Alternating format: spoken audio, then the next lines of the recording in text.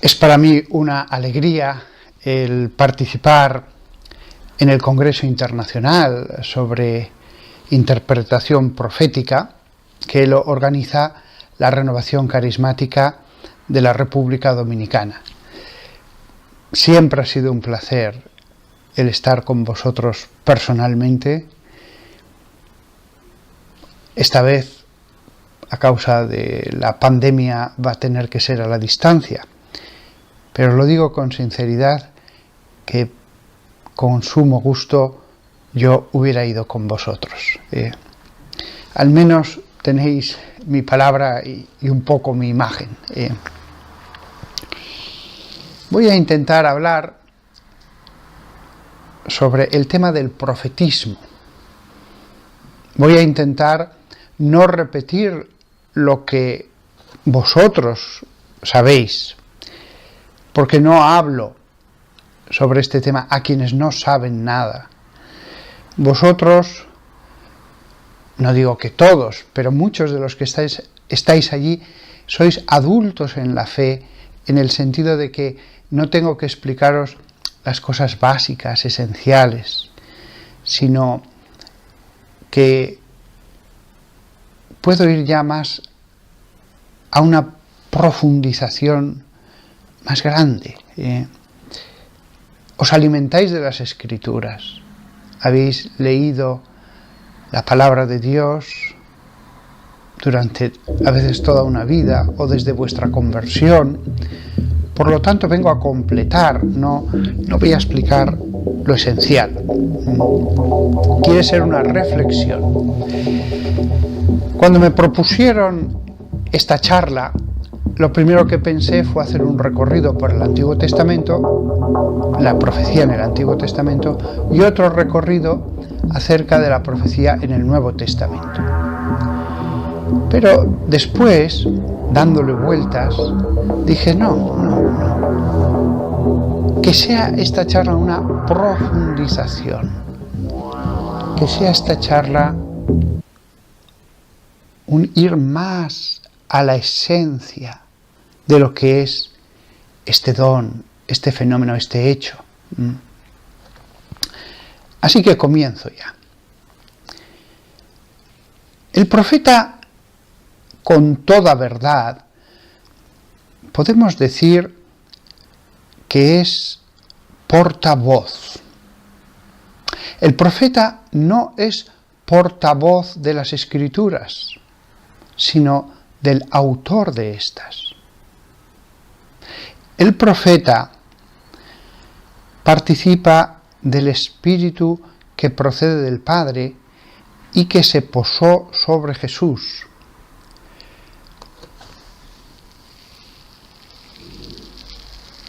Jesús va a actuar durante 3 años con la presencia de esta Ruaj que viene de lo alto hacia él. La venida de la tercera persona de la Santísima Trinidad en forma de paloma, para que viéramos algo, para que comprendiéramos que estaba sucediendo algo. Cuando el bautismo de Jesús no sucede a la mitad o hacia el final de su ministerio, sucede al principio. Jesús es el que habla, pero Jesús habla con la Ruaj de Dios. Ruaj, lo mismo que la palabra neuma, espíritu, soplo, hálito. En Jesús estaba el soplo que procede de la boca del Padre. Es Jesús el que habla, pero Jesús habla con ese espíritu, con ese hálito.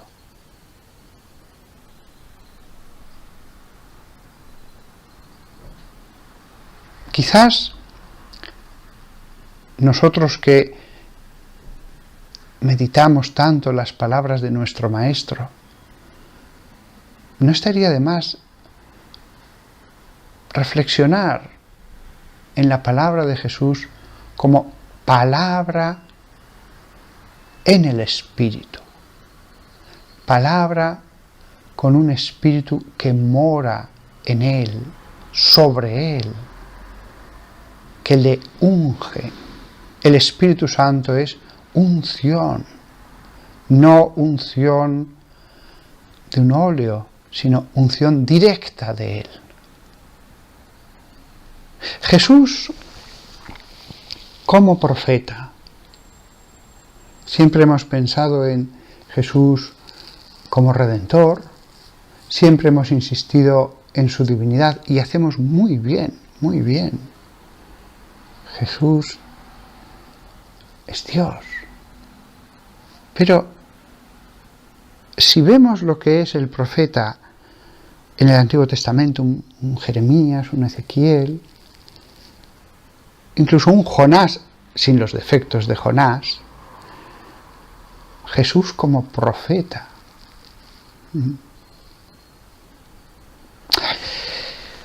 Jesús habla como tiene que hablar a ese pueblo. Jesús, si hubiera ido a otro pueblo en otra situación espiritual, de esos a los que él hablaba, hubiera hablado de otra manera. El profetismo es como una lámpara. Y vemos que hay 3 tipos de lámparas. Hay un profetismo de Dios en la tiniebla del paganismo. Otro profetismo, que es el del Antiguo Testamento, y otro, el que está en el Nuevo Testamento. El profetismo de Dios en la tiniebla del paganismo. ¿Qué tiene que decir Dios a sus hijos cuando no están insertos en un proceso como es el del Antiguo Testamento? Es decir, en el paganismo hubo profetas, en el paganismo idolátrico, en el paganismo de esos hombres que a veces sabían muy poco acerca de Dios, Dios ilumina a personas que saben que hay un único Dios, que oran, que ayunan, que se esfuerzan, y esas personas se transforman en lámparas en esos pueblos. Dios solo funda una religión. Dios no va fundando religiones. Solo hay una, la que Él ha fundado, que es la religión de Dios. Pero hubo religiones monoteístas que dieron gloria a Dios. Y hubo momentos politeístas en que precisamente porque esos hijos lo necesitaban, envió profetas. Sus nombres, la mayoría, se han perdido. No sabemos qué hombres santos hubo en la zona de Mesopotamia, 500 años antes de Abraham. No sabemos qué hombres santos hubo en la China o en la Tailandia del siglo III después de Cristo. Maestros venerados que llevaban hacia el bien, a buscar el premio que estaba más allá de la vida. Pero es un profetismo que no está inscrito en una corriente, como es en el Antiguo Testamento. Fueron lámparas individuales, fueron lámparas que iluminaron y después se apagaron. Pero cuando hay tanta oscuridad, ¿cómo iluminaron esas lámparas? Donde hay más luz, por ejemplo en Israel, pues hubo a veces incluso varios profetas al mismo tiempo. Mientras que en el paganismo seguro que hubo fundadores de corrientes y hasta de religiones que eran hombres muy santos. Dios hablaba a través de ellos adaptándose al pueblo al que iban a hablar. Vemos las palabras de Jonás en Nínive. Era un mensaje muy sencillo, muy claro y muy simple, pero les bastó. Hay un profetismo que es el del Antiguo Testamento, que es un pueblo rudo, pero que va caminando hacia una mayor comprensión de la teología, de la espiritualidad. No voy a extenderme en esa parte, que es más conocida. Hay una progresión. Hay grandes profetas, hombres que se dedicaron a la oración, como por ejemplo Elías, que ayunaban, que llevaban una vida ascética. Hay otros que eran personas normales que de pronto tienen un mensaje. Amós, por ejemplo. Hay una jerarquía de profetas en el Antiguo Testamento. De hecho, de los profetas antes de la Iglesia, el más grande de todos fue Juan el Bautista. Un profeta eminentemente ascético. Porque en la medida en que la persona es más adecuada, Dios la usa más. Por último, hay un profetismo para los llenos del Espíritu Santo, para los que siguen el camino del Logos. Es el profetismo ya en los tiempos del Nuevo Testamento, de la Iglesia. Si os fijáis, el primer profetismo, el que hubo entre los pueblos paganos, pues llegaban hasta cierto nivel. En el Antiguo Testamento ya se puede ir mucho más lejos, porque hay una continuidad, porque Dios sabe que esas profecías se van a mantener, porque Dios va a preservar el mensaje. El problema de los profetas, que podía haber un profeta en Birmania hace 800 años, o un gran profeta, un hombre santo, entre unas tribus de la Amazonía, es que lo que él dijera podía ser cambiado con el tiempo.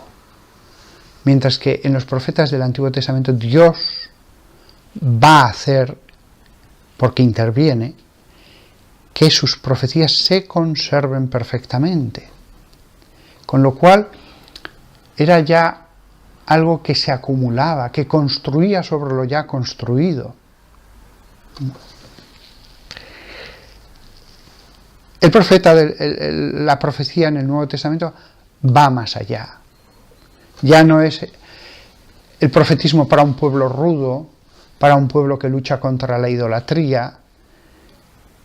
Muchas veces los profetas que aparecen en las iglesias de las cartas de San Pablo, profetas que había en Antioquía,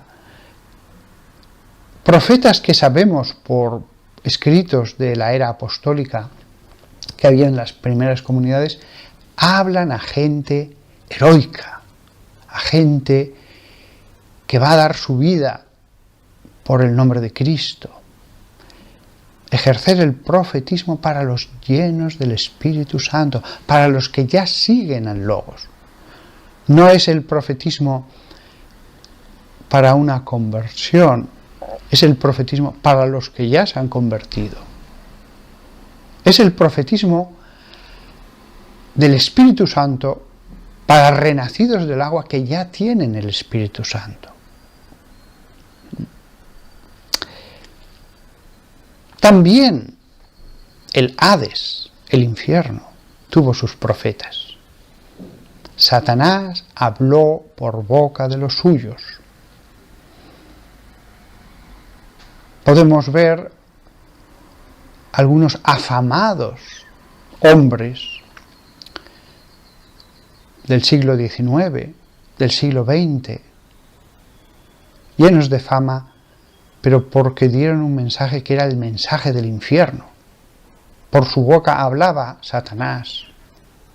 Pienso por supuesto, en alguien como Hitler, pero tuvo más bocas que extendían ese mensaje de odio, de guerra.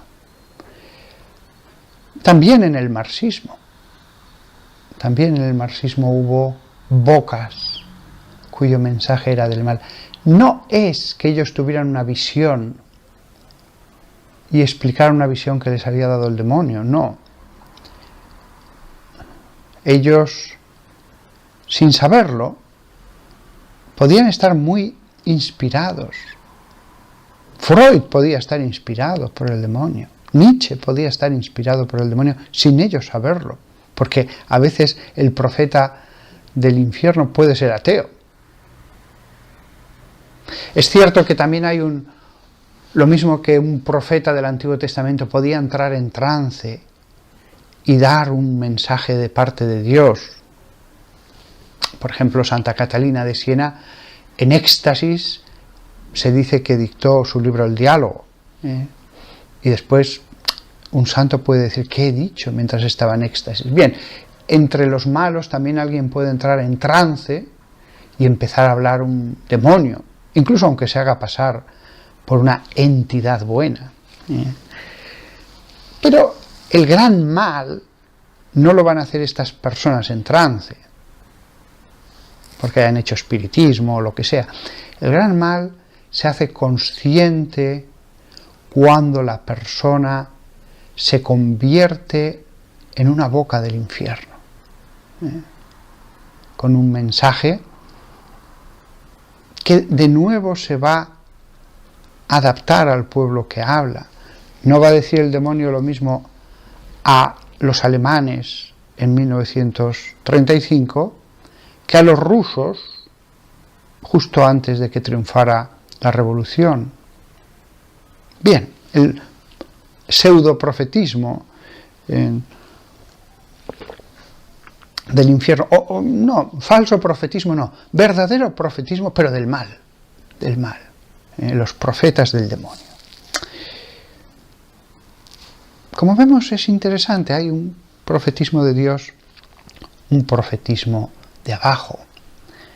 Profeta, el pro, que existe en griego, es sustitutivo. De ahí viene, por ejemplo, pronombre, lo que sustituye al nombre, lo que está en lugar del nombre. Profeta, femi, en griego, significa decir, profemi, el que habla en vez de.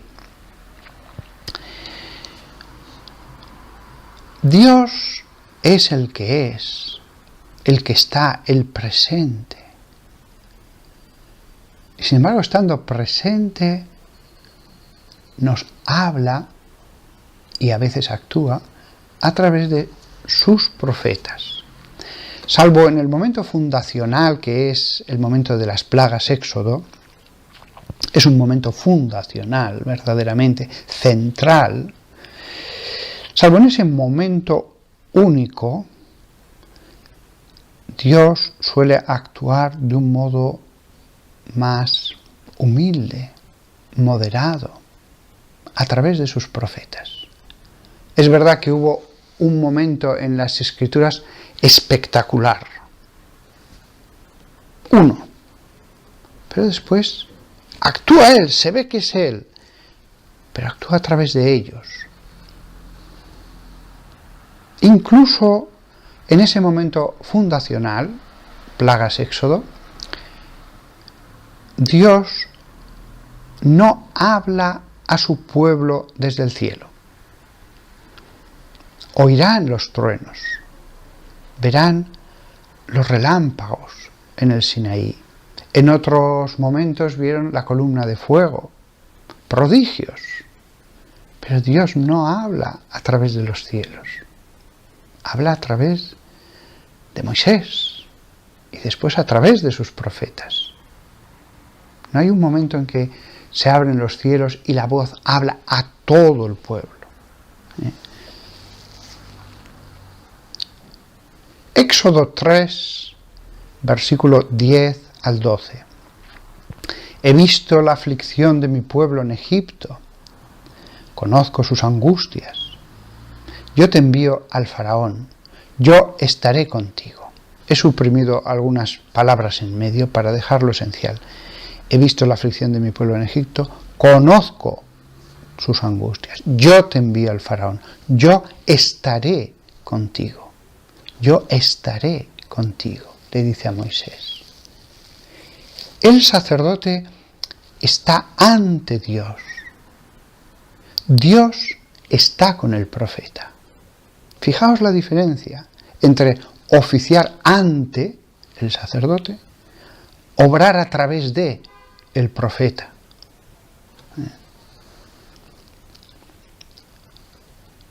Moisés no hablaba bien. Le va a decir Dios, ¿no tienes a tu hermano Aarón? Él te servirá de boca y tú serás Dios para él. Éxodo 4, versículo 14 al 16, sale esta escena. Él te servirá de boca y tú serás Dios para él. Por lo tanto, el profeta es la boca de Dios. La boca de Dios. Qué misión tan grandiosa.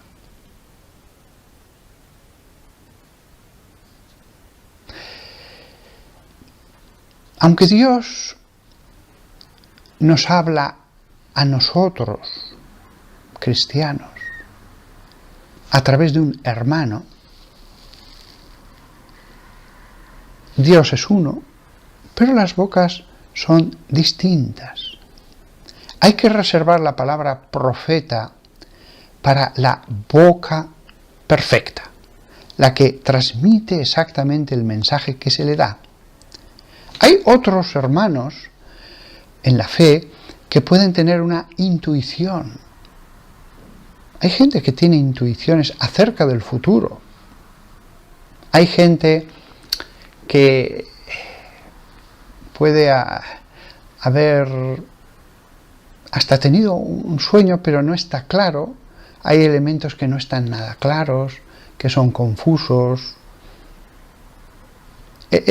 Hay que reservar la palabra profeta no para el que tiene una visión borrosa, una intuición, una cierta percepción, sino para el que es boca perfecta. Una cosa es ser profeta y otra muy distinta es, en un momento dado, alguien que está lleno del Espíritu y que alaba a Dios con unas palabras que después dicen, es que no eran mías, me sentí lleno del Espíritu en aquella reunión de alabanza. Eso no le convierte en profeta. 1 Samuel 19:20. El rey envió mensajeros para capturarle, pero cuando vieron el grupo de los profetas profetizando con Samuel yendo delante de ellos, el Espíritu de Dios vino sobre ellos, los soldados. Y los mensajeros de Saúl también comenzaron a profetizar. Cuando dice esto, en realidad lo que harían sería levantar las manos y alabar a Dios. Y se sintieron de golpe llenos del Espíritu de Dios y solo querían alabarlo y alabarlo y alabarlo. Se usa esa palabra en la Biblia hebrea. Y los mensajeros de Saúl también comenzaron a profetizar. ¿Eran profetas? No. No es lo mismo tener esa experiencia de estar lleno del Espíritu a ser un profeta.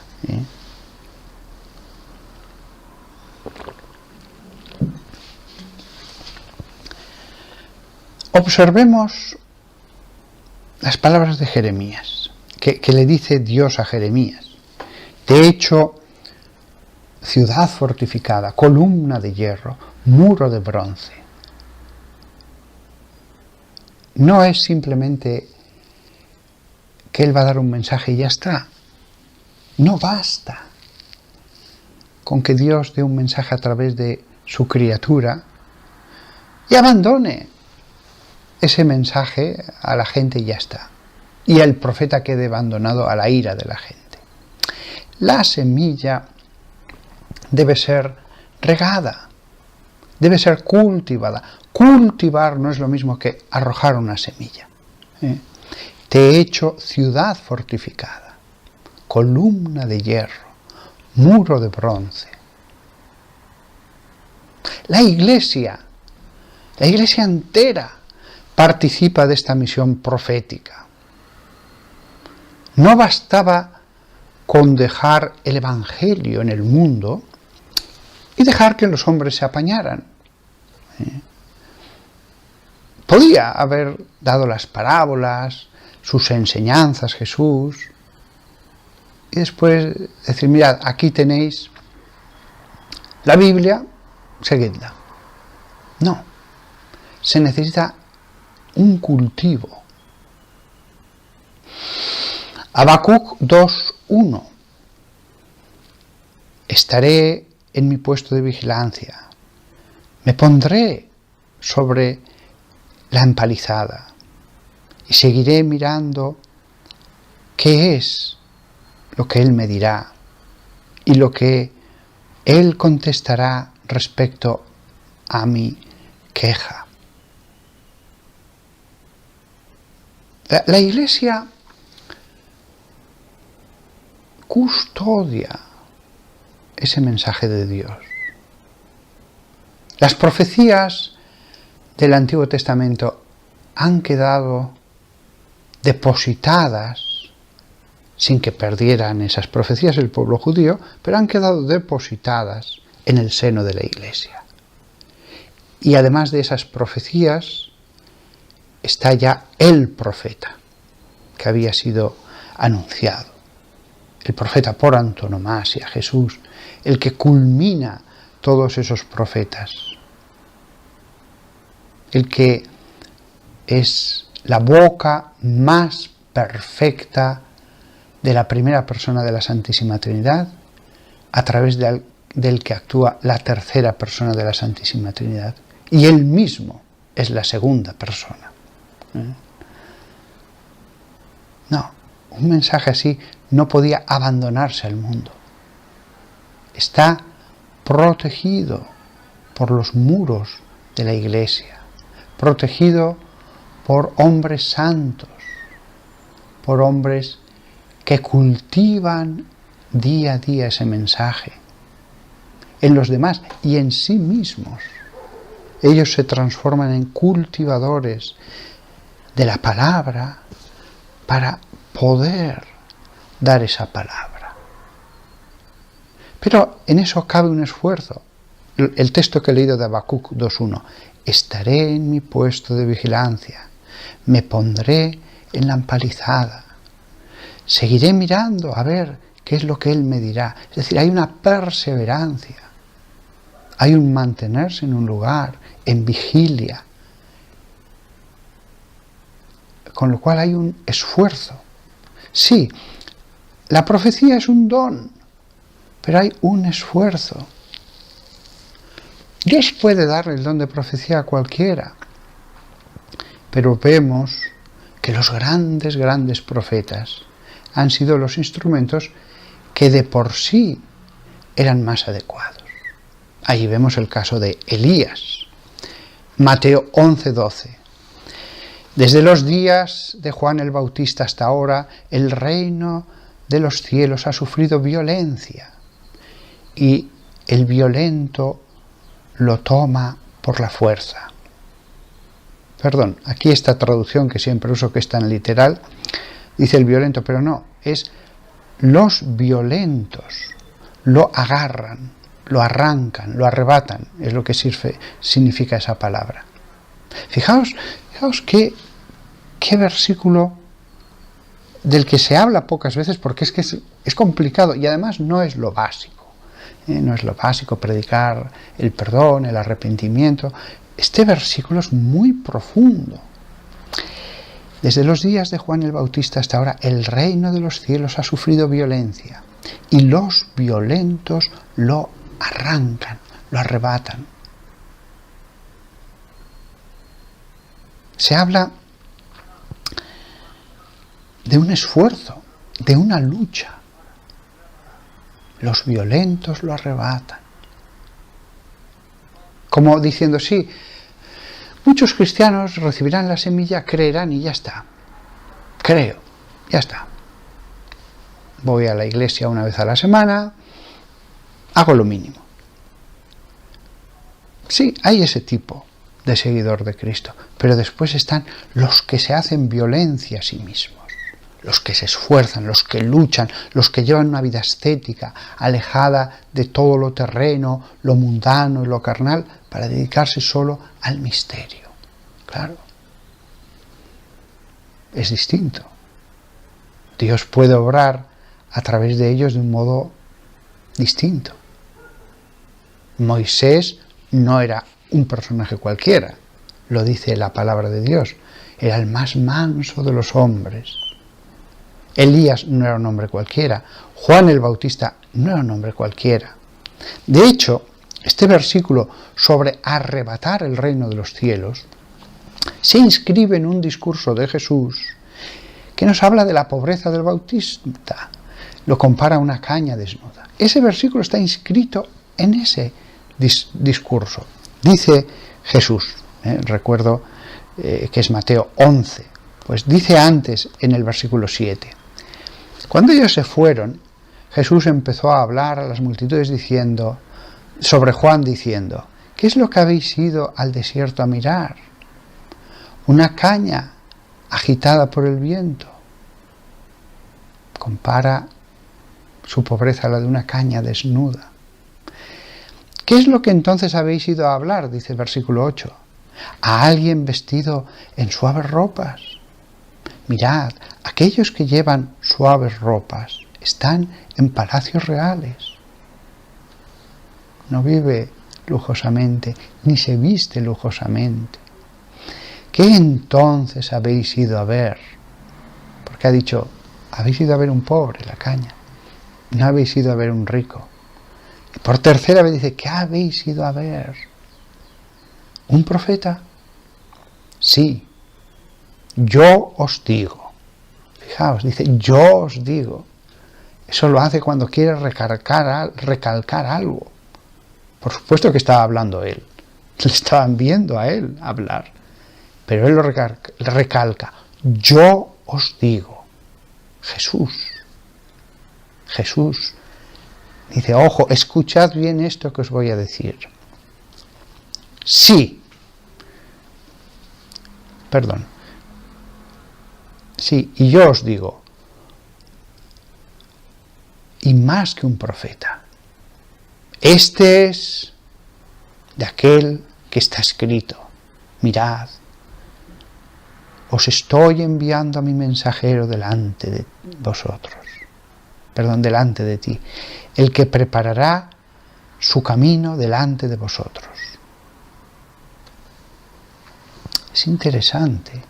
Dice, yo os digo, Jesús, y cita a Dios. Y cita a Dios. Como cuando Jesús cita algo, está citando la palabra de Dios. Lo que Él dice ya es palabra de Dios. Pero cuando Él cita algo es como en la Escritura cuando dice, por la palabra de 2 testigos, el asunto quedará zanjado. ¿Bien? Es decir,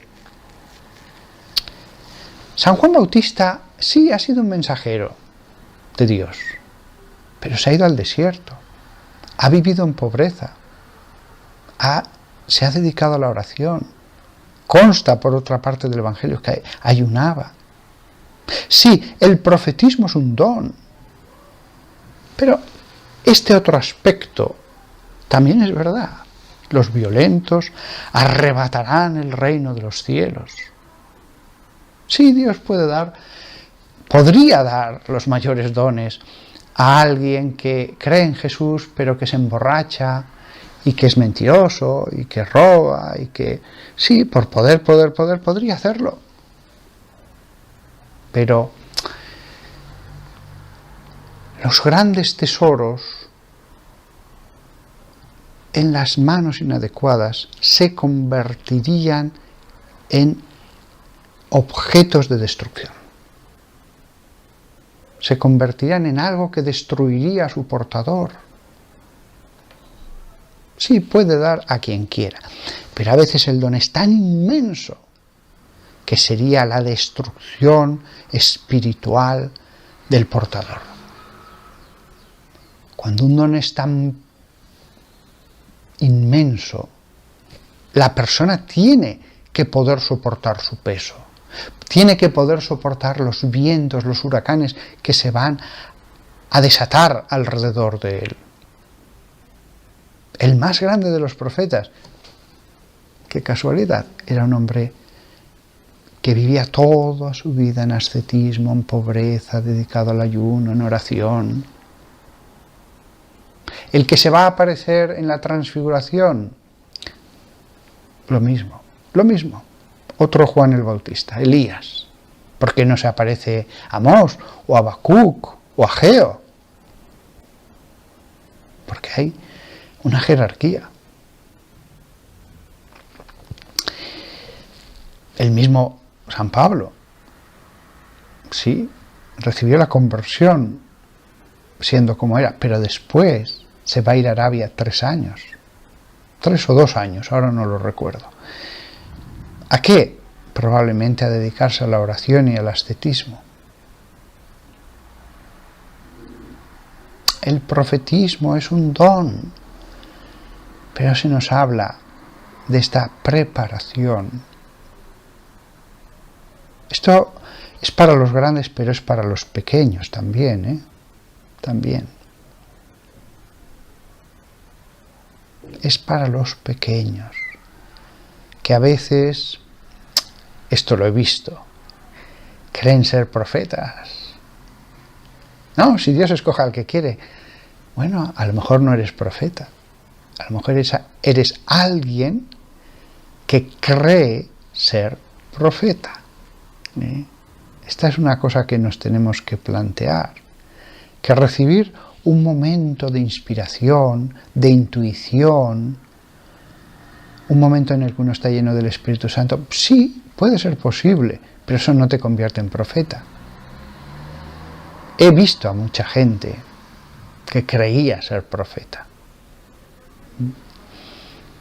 Todo requiere discernimiento, ya que a veces uno mismo no discierne bien y cree ser más de lo que cree. Cree ser más de lo que es. Hay una relación, por tanto, entre el ascetismo y la profecía. No digo oración y profecía, porque la oración no basta para llegar a ciertas cotas de virtud y amor. Lo repito, la oración no basta para llegar a cierta cualidad. La acumulación de cantidad de oración no basta para llegar a cierta cualidad. Recordemos las palabras de Jesús. ¿Por qué tus discípulos no ayunan como sí que lo hacen los discípulos de Juan el Bautista? Llegará el tiempo en que ayunen. O sea, Jesús no dice, bueno, el ayuno no importa, lo que importa es el amor. No. Llegará el tiempo en el que ayunen. Claro, aquí, esto que he dicho, hablo del profetismo, pero tiene implicaciones en el modo de entender el cristianismo. Hay algunos que entienden el cristianismo como algo que llega a la vida de uno y se conserva, como una fuente de alegría, de paz, y después la vida eterna. Se conserva, pero sin extremismos. Algo que se tiene en la vida, no algo que transforma la vida. Y sin extremismos.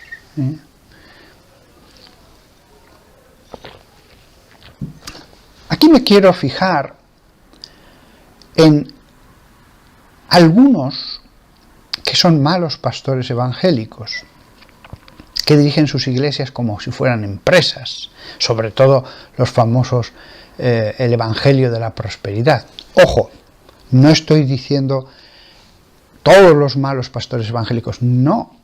hay pastores evangélicos, perdón, hay no, la mayoría de los pastores evangélicos son buenas personas que tratan de vivir de la fe, de la palabra de Dios. Pero lo mismo que hay malos sacerdotes católicos, también hay ese tipo de pastores que predican un evangelio de la prosperidad.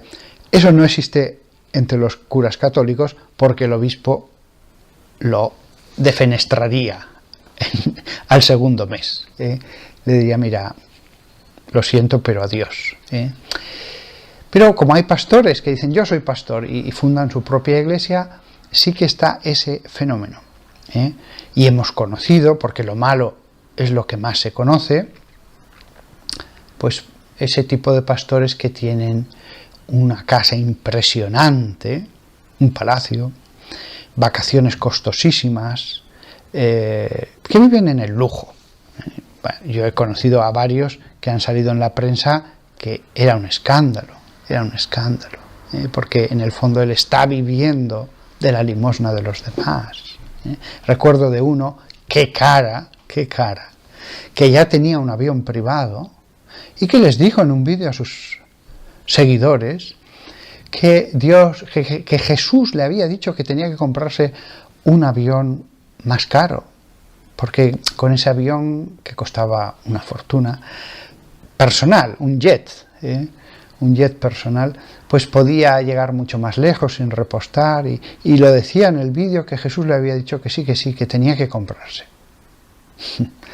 Bueno, después muchos analizaron cuál era la vida de este hombre, cómo vivía, y bien tontos era el que le dio a ese hombre un solo dólar para sus lujos. Fijaos, es todo lo contrario de lo que he dicho. Frente a la preparación y el ascetismo que llevan a la santidad, estos falsos profetas, que hacen del Evangelio su ganancia personal, el mensaje es su negocio. Es cierto que Dios escoge al que quiere. Amós 7, versículo 14 y 15. Entonces Amós respondió a Amacía, yo soy, o yo era, se puede traducir de la misma igual, yo no era ningún profeta, ni el hijo de un profeta, sino un pastor que podaba sicomoros. Y el Señor me miró mientras seguía al rebaño, y el Señor me dijo, ve, profetiza a mi pueblo Israel. Siempre se suele traducir el primer versículo que he dicho, yo no soy profeta ni hijo de profeta. Bueno, en realidad se puede traducir yo no era profeta también. Pero entonces sí que lo es. Ve y profetiza. Claro, cuando un hombre sencillo y bondadoso recibe el encargo, tiene la frescura de esa humildad, de ese reconocimiento de yo no soy nada, yo no merezco nada, ni siquiera me he esforzado. Pero es cierto que la palabra tiene persecución, la palabra levanta vientos, si la persona no es fuerte, pues va a sufrir. Por eso el profetismo, siendo una cosa tan grande, Dios lo da con cuentagotas, precisamente porque es muy grande. ¿Debéis desear ser profetas? No. Que otros sean profetas, que otros lo sean. San Pablo, cuando habla de los carismas, sí que dice que se pida el don de profecía, pero ojo, no dice pedidlo para ti mismo, sino para la comunidad. Ambicionad carismas mejores, pero no significa que, para mí, yo soy digno, yo soy el adecuado. No, que la comunidad tenga los carismas de Dios. Es como el sacerdote que dijera, que yo sea obispo. No, que haya buenos obispos, que haya buenos obispos, santos obispos. No, yo, como tiene que haber buenos obispos, que lo sea yo. No. Si quieres ser importante en el reino de Dios, sé el último. Si algo os tiene que quedar claro a todos vosotros en este congreso sobre profetismo, es que no deseéis ser profetas. No lo deseéis. ¿Está mal pedirlo para uno? No es pecado. Pero Dios diría, hijo mío, ¿por qué crees que no te lo he dado? Pues a lo mejor porque antes tienes que hacer 100 cosas antes de que yo pueda considerar. Bueno, Él lo sabe todo, Dios no considera. Antes de que yo sepa que tú ahora sí puedes serlo para tu bien y el de los demás. Por lo tanto, que nadie pida para sí mismo el don de profecía, ni lo desee. ¿Qué hay que desear? Estar en el último puesto. No precisamente las cosas que nos llenan de fama, de prestigio, de admiración, el diaconos, el servidor, la diaconía, sí, eso sí, sí. Pensemos ahora otra cosa. Cuando surgió el cristianismo, se tenía la conciencia de que el profetismo había cesado tiempo atrás. Cuando surge el cristianismo, se pensaba que los profetas eran algo antiguo, de antes de el exilio a Babilonia. Y es cierto, desde ese momento del exilio hasta que llega Jesús, no hay profetas. Probablemente hubo pequeños profetas menores que hablaban a unas cuantas personas en una región, o se sabía de un hombre santo que estaba en Jerusalén, pero nada comparable con un Jeremías o un Daniel, etc. En las parroquias españolas de los años 50, 60, eso lo conozco bien, porque es mi tierra, los profetas eran algo propio de las Escrituras. No existía la percepción de que hubiera hermanos con don de profecía en cada parroquia y en cada diócesis, no. Eso sí que era frecuente en el siglo I, pero no, por ejemplo, en la España de los años 50, 60, 70, no. En el siglo I, II, sí que había profetas, sí que aparecen infinidad de textos que nos hablan de ese carisma habitual. Esta falta de profetismo era un mal en la Iglesia española de los años 60, digo 60, pero se extiende esto a todo el siglo y el siglo anterior, etc. No. Las parroquias españolas de esa época tenían unos bienes que no los tenían las iglesias de Siria en el siglo II. Dios había dado una serie de dones, de tesoros, de regalos a esas iglesias de esa época y otros a la iglesia de Siria en el siglo II o a las comunidades africanas del siglo III. No es este el momento de hacer comparaciones detalladas, pero las dos iglesias eran buenas, no eran copias una de la otra. Lo esencial era lo mismo, la misma fe, los mismos sacramentos, etc. Pero no era una mera copia, cada una tenía sus dones. Decía el Apocalipsis sirio de Baruch, que es una obra apócrifa del siglo I, los profetas se han dormido.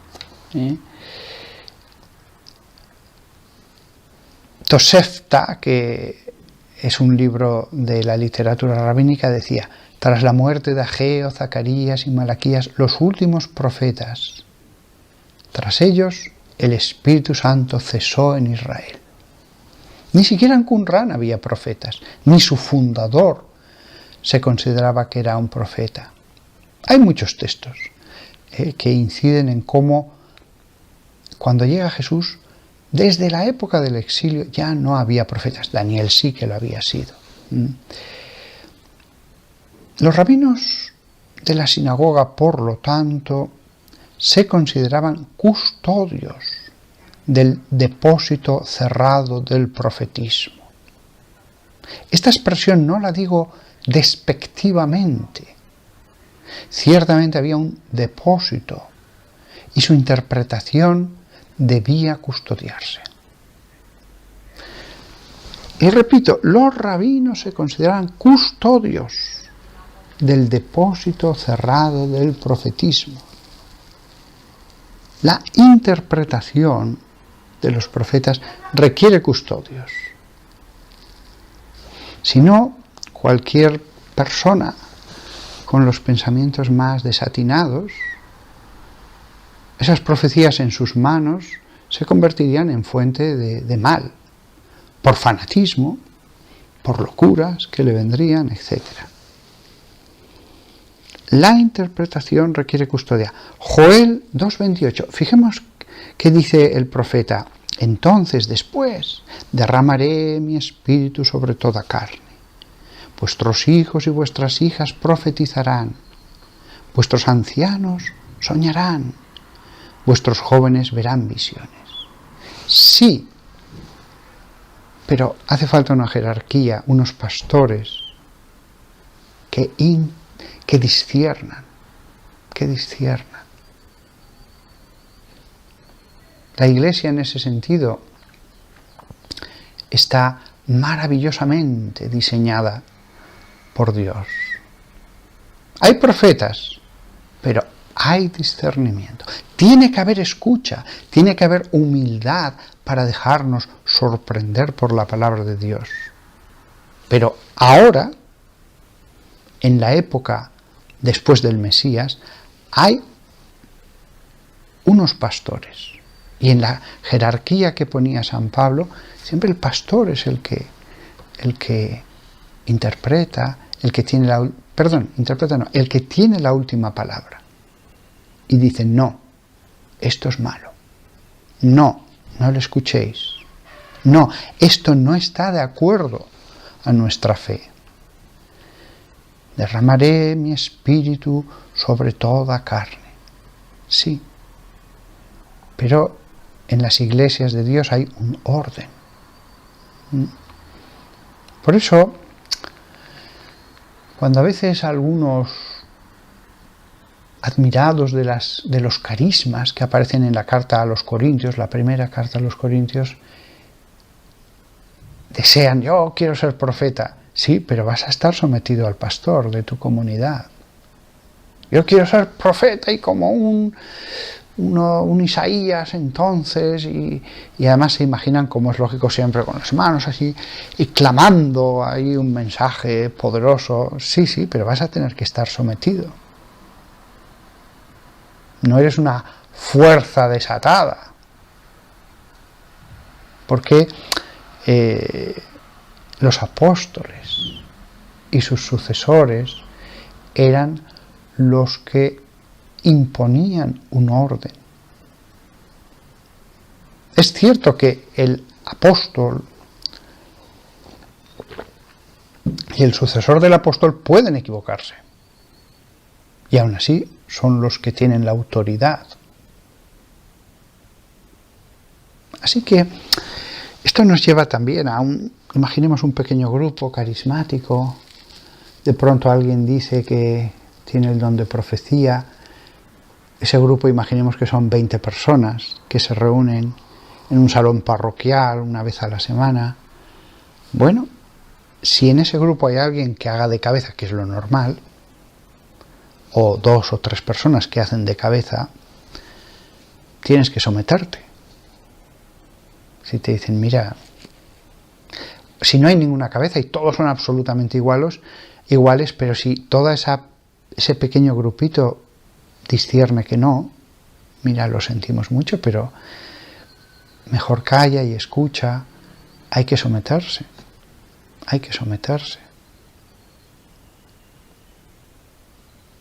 En el fondo, La soberbia hace que muchos crean que ellos son cabeza. A todo el mundo, todos no, pero hay muchos que tienen un deseo inmenso de ser cabeza, no de ser servidores. Y la profecía es un modo de auparse a veces, inconsciente a veces el que no tiene el don de profecía, pero está convencido de tenerlo, es un modo de auparse, de arrebatar ese primer puesto. Todo debe ser discernido. Todo, entre todos, debe haber una escucha y un pensar. Me encuentro yo cada año con varias personas, la última hace unas 3 semanas, que se ponen en contacto conmigo porque como he escrito libros y tal, pues para decirme que Dios les da mensajes. Me llega una persona desconocida que me dice que tiene mensajes, me pide consejo, ¿qué hacer? Pues siempre le digo, mira, si otra cosa es un grupo, en un grupo un supuesto profeta va creciendo, se le conoce semana tras semana, a veces años, es alguien conocido, sabes si es un hombre santo o no. Los párrocos dicen, mira, esa viejecita que ves allí es una santa.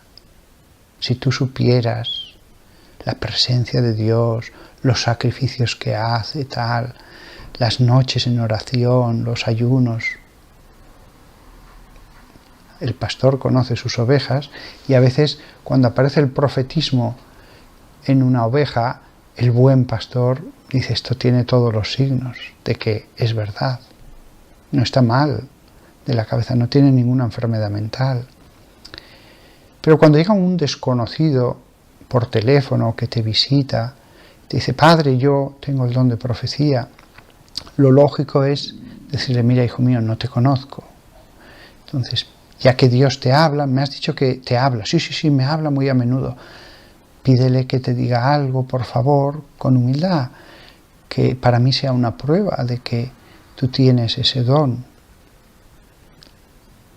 Algunos dicen, sí, padre, sí. Pero una semana después, normalmente es una semana, me escriben muy enfadados, que de ningún modo, que ellos no pueden probar a Dios. Yo les digo, no hay ningún problema, yo no exijo nada a Dios, pero si yo no tengo una prueba, ¿cómo sé yo que lo que tú dices es verdad? Se enfadan mucho. ¿Cómo se lo toman? Te vienen a decir, tú eres un soberbio. ¿Yo qué soy? Un instrumento de Dios y tú no me crees. Yo le digo, no, yo suspendo juicio. No te conozco. Yo no sé si a lo mejor eres un profeta y un santo, pero suspendo juicio, no te conozco. Se lo toman muy a mal. Ha habido unas pocas veces en mi vida que sí que he comprobado que alguien, es verdad, Dios le hablaba, pero pocas. Aquí acabo esta charla. Como veis, es un don precioso, es un don que llega a los tiempos remotos del Antiguo Testamento. Es el mismo Dios que hablaba a sus hijos, los hijos de Adán, pero de Dios también, esparcidos por los 5 continentes. Qué cosa tan buena, qué regalo para un hermano concreto, para una comunidad o para la iglesia entera, los profetas. Los hubo y los sigue habiendo. Nunca hay que despreciarlos. Es lógico suspender juicio. Lo lógico sería no suspender juicio ante algunos casos. Es lo que se debe hacer. No por creer a todo el mundo y ser crédulos somos mejores creyentes. No por creer a todo el mundo somos mejores creyentes. La fe es a Dios, no al primero que llegue. ¡Qué don tan bonito! La profecía se prueba por sí misma. La profecía se prueba por sí misma, porque dirá algo que diremos, sí, Señor, sí, es tu boca, es tu instrumento. La profecía se prueba por sí mismo. Bien es cierto que el hombre lleno de pecado puede resistir la prueba de Dios, el hombre malo puede cerrar los ojos y no querer ver. Hay profetas en nuestra época. En todas las épocas los ha habido más escondidos o menos escondidos, más frecuentes, como era en la iglesia primitiva, en la época primera, o menos frecuentes. Pero es Dios Padre que nos hace un regalo. Gracias, Señor, por los profetas. Gracias por las personas que has puesto en mi vida, que me han dicho, Dios quiere que sepa esto, y que sé que era verdad, después de un proceso de discernimiento, o porque esa misma frase incluía algo que era la prueba, que ellos no podían saber de ninguna de las maneras. Gracias, Señor, porque a mí en concreto me has guiado. Me has guiado como guiaste al rey David, como guiaste a Salomón, como guiaste en la época de los jueces, como guiabas a aquel grupito de cristianos en Antioquía, o en Filipo, o en Corinto. Me has guiado, me has dicho algo directo. Este mensaje es de Dios para ti. Y me has dado ánimo, me has consolado, me has iluminado diciendo, no,